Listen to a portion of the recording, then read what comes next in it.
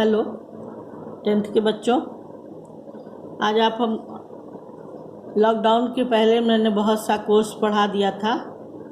काव्य खंड में आपने सूरदास जी को पढ़ा और अब मैं आपका काव्य का दूसरा पाठ तुलसीदास जी पढ़ाने जा रही हूँ, जिसमें पाठ का नाम है, शीर्षक है धनुष भंग, अर्थात धनुष का तोड़ना। बच्चों, यह प्रसंग तुलसीदास द्वारा रचित रामचरितमानस से उद्धृत है, जो उनका महाकाव्य है।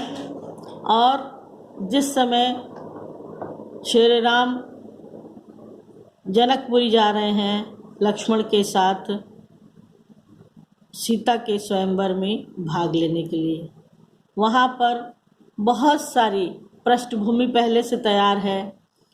आपने सुना भी होगा और पढ़ा भी होगा कि सीता जी के पिता जनक जी ने ये प्रण किया था कि जो व्यक्ति इस संसार में शिव के धनुष को तोड़ेगा, उसी से वो अपनी प्रिय बेटी सीता का विवाह करेंगे।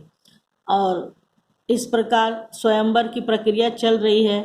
सभी नर नारी जनकपुर के प्रसन्न हैं, किंतु उस प्रक्रिया के में जितने भी संसार के राजा आए हैं, उनमें से कोई भी धनुष तोड़ नहीं पा रहा है।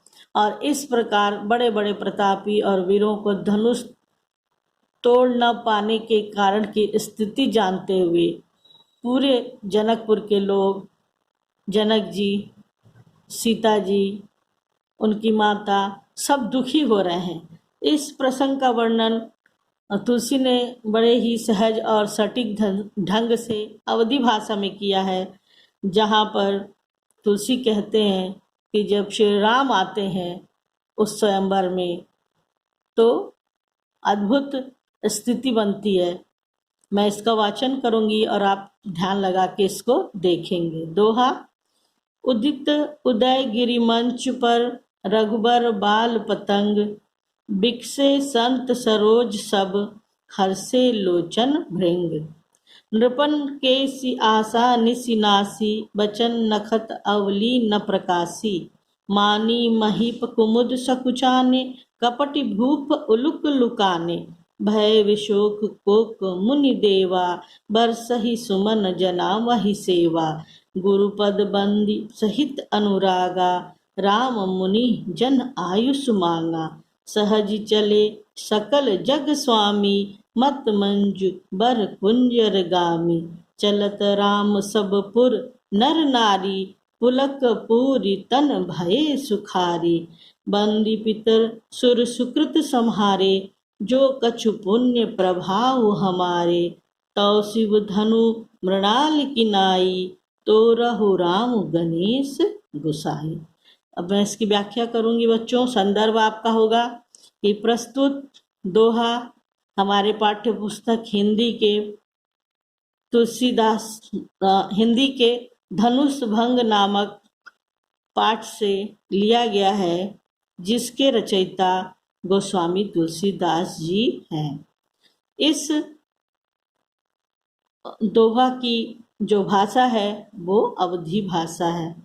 उदित उदय होते हुए उदयाचल गिरी पर्वत पर मंच, आप जानते हैं, रघुबर श्री रघुनाथ जी यानी राम जी।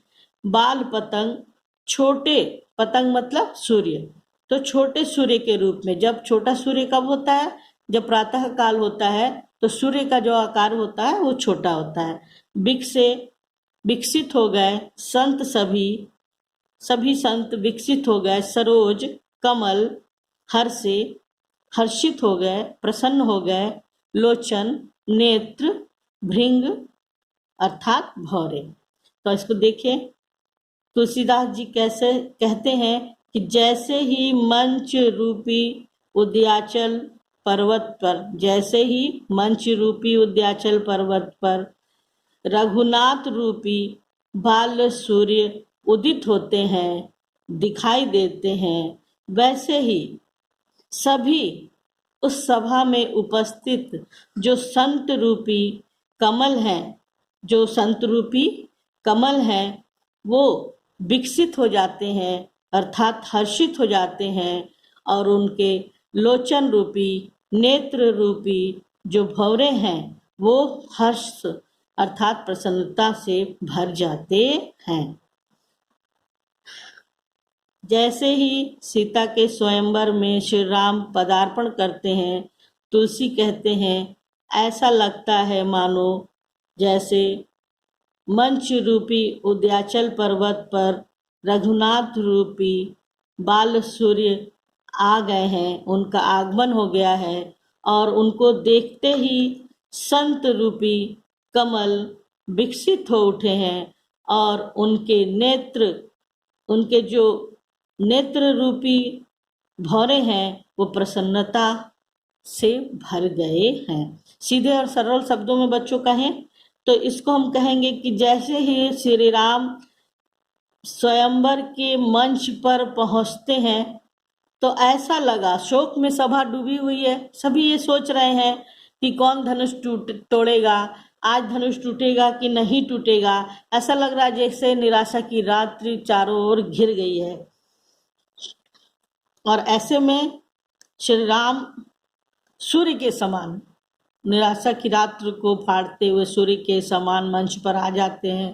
और जैसे ही श्री राम यानी रघुनाथ यानी रघुबर मंच पर आते हैं तो उन्हें देखकर जो संत समाज के लोग बैठे हैं, संत अर्थात सज्जन लोग, जो अच्छे लोग बैठे हैं, वो सब उन्हें देखते ही प्रसन्न हो जाते हैं। जिस तरह की सूर्य के निकलने के बाद जो कमल होता है वो खिल जाता है, उसी तरह वो संत समाज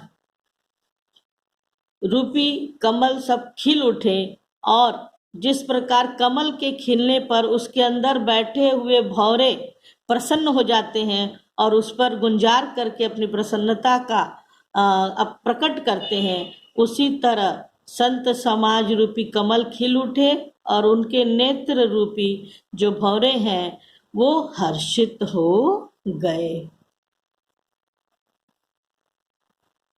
देखो वो बड़ा तो नहीं हुआ है?